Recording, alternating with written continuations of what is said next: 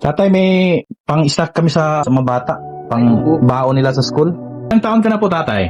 Tatay Roberto? 64. 64. Si nanay po? 60. 60. Oh. Ilan po ang anak niyo? Tatlo ay namatay na yung isa. Itong magulang ito? Magulang itong babae yung Babae. Bakit namatay? nagpagkamatay po ay. Wala ho sa amin sinasabi kung ano man ang kanyang problema sa buhay. So bigla na lang. Bigla na lang, wala man lang kahit anong pasagi na kwento. Saan? Dito din sa bahay na to? Ay hindi, Sa bahay tayo nila. sa malayo. So ito po ang naiwan. Ito po ang bunso. Yan ang bunso si Bunbun, wala siyang pasok ngayon. Tapos yung dalawang babae ay naroon sa school. So kayo na ang nagiging tumatayong tatay-nanay dito sa Tatay nanay kami mag-asawa. Kumusta ka ngayon? Okay lang po. Namimiss mo ba yung nanay mo? Opo. Kung makita ng nanay mo to sa heaven, anong gusto mong sabihin? Maraming salamat po.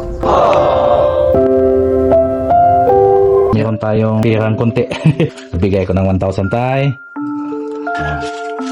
2,000 tatay.